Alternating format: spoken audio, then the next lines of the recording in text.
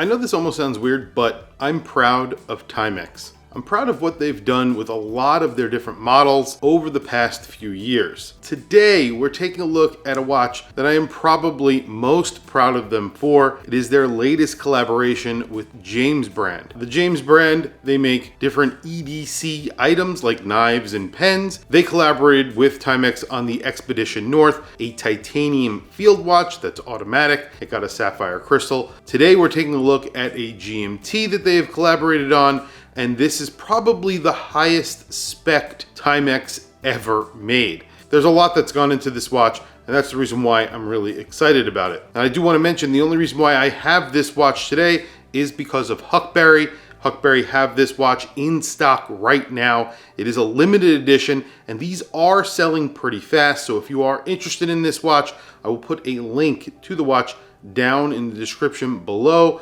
So without further ado, let's take a hands-on look at the new Timex James brand GMT. I have pretty good reason to be proud of Timex. I think this is a very good looking watch, and the specs here, this is probably one of the best spec Timexes of all time. It's very straightforward. The design in general is pretty straightforward. There's a lot of little details on this watch. The two big headlines here are, number one, this is a grade 5 titanium watch. So you're getting a case, a bezel, crown, case back, and bracelet made out of grade 5 titanium. That's a very big news item here. And then, of course, that you're getting the 9075 from Miyota, which is a Traveler's GMT. It's thin, and you are getting 200 meters of water resistance. You can see the movement from the back, and you get a sapphire crystal on the front and the back. That alone is enough specs to really sell most people on a watch like this at this price point. You're getting a bezel with a 24-hour scale. It is unidirectional, but the action is very good for a grade 5 titanium watch or a titanium watch. So let's take a listen.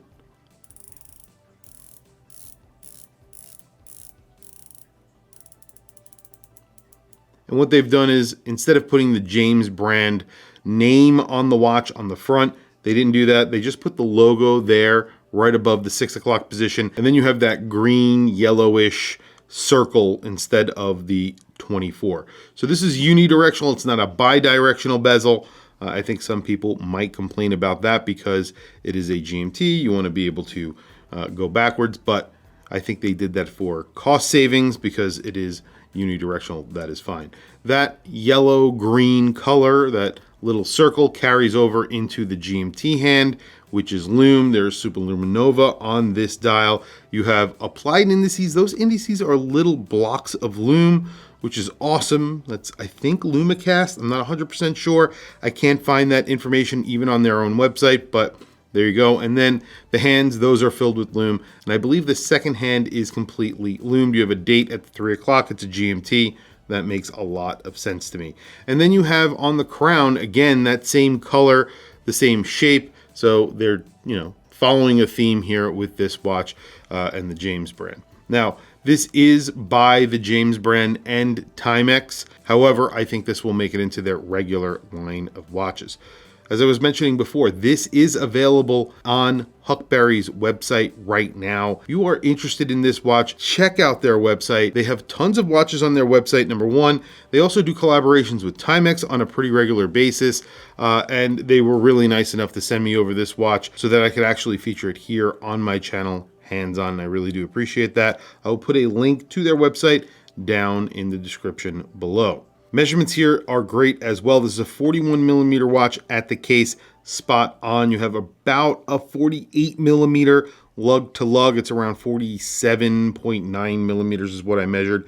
You have a large crown of 6.4 millimeters, and then the thickness is 13 millimeters, which is excellent for a watch that is a GMT and getting 200 meters of water resistance with a sapphire crystal on the front and back, so you get to see the movement. Speaking of the movement, it is a 9075 from Miyota, All that means is when you unscrew the crown, it is not the GMT hand that skips when you put it into the first position. It is the local hour hand, and then of course you use that to change the date. It's really a very functional watch, and because it's a thin movement, that means you're getting a thin watch that you could actually take swimming, pretty much do anything with, because it's lightweight and you're getting that thin profile and you're getting 200 meters of water resistance. So lots going into it. Bracelet on this watch is in grade 5 titanium. I think that's a big deal, and I'll tell you why. There aren't many watches out there that offer a grade 5 titanium bracelet, especially under $1,000, and this is well under $1,000. This is an eye-link bracelet, friction pins. It does not taper. There are some negatives to it. It's not all positives. With that being said, there are very few grade 5 titanium bracelets out there, and if you find one,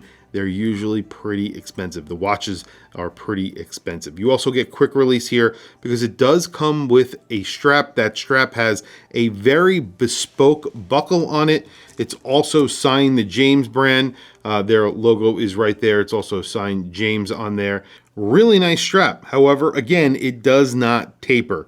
That's something that Timex don't really do on a lot of their watches, on their more modern watches. This is, I guess, a modern watch, even though the case is 70s inspired. Screwed-in case back. It is a display case back. Like I've mentioned a few times, it is sapphire, and you are getting it double signed. So it is signed the James brand on the sapphire crystal itself, and then on the rotor itself, it is signed Timex. 9075 is a pretty good looking movement, especially when you compare it to the movements from Seiko. The 6R34 or the 4R34, I think it is, which is their GMT movements. They aren't very good looking. This is a lot better to look at than those movements from Seiko. On my wrist today, I have one of my favorite Timexes of all time. It is their Polar Dial Expedition North in titanium. This is powered by an 8 series Miyota movement, which is great, although not as nice as the 9000 series that they've put into this GMT. That being said, this is still one of my favorite watches from the brand, from Huckberry and of course Timex. Screwed-in crown, 200 meters of water resistance in titanium. No tapering bracelet, no tapering strap on here, but with all that being said, I love this watch. I just think it looks great and of course feels great on the wrist. Well, there it is on my 7.5 inch wrist. This is a 41 millimeter watch with around 47.9 millimeter lug to lug. It wears really comfortably on my wrist. 13 millimeter thickness. I think it looks excellent. Tell me what you guys think down in the comments below. I actually have another question for you guys.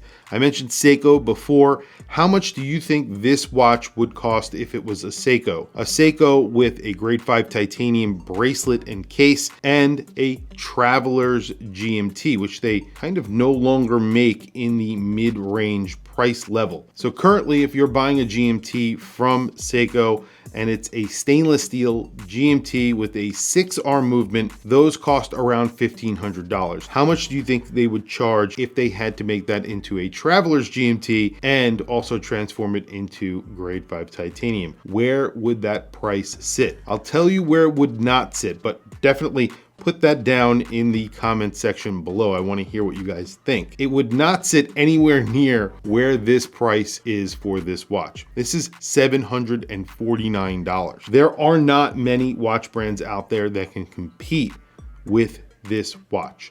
Great lume on here, hands, indices, they're all loomed. All the hands are loomed, that GMT hand is loomed, the second hand is loomed, and of course, that hour and minutes, very liberally applied with lume and very bright.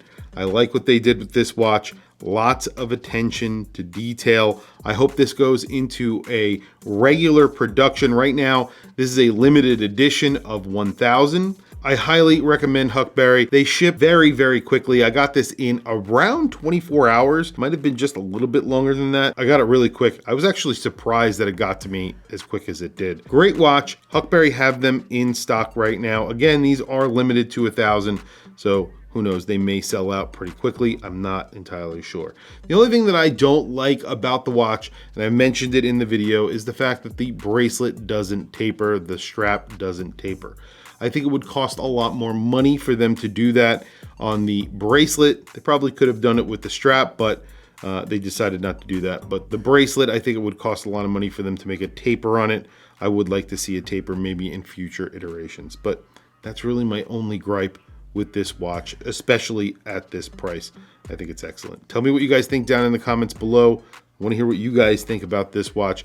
Tell me what you think a Seiko spec like this watch would cost. I want to hear what you guys have to say. Please also don't forget to like, subscribe, hit that bell icon. It's super helpful for the channel, and I very much appreciate it. Anyway, guys, thank you for logging on. I'll catch you guys in the next video.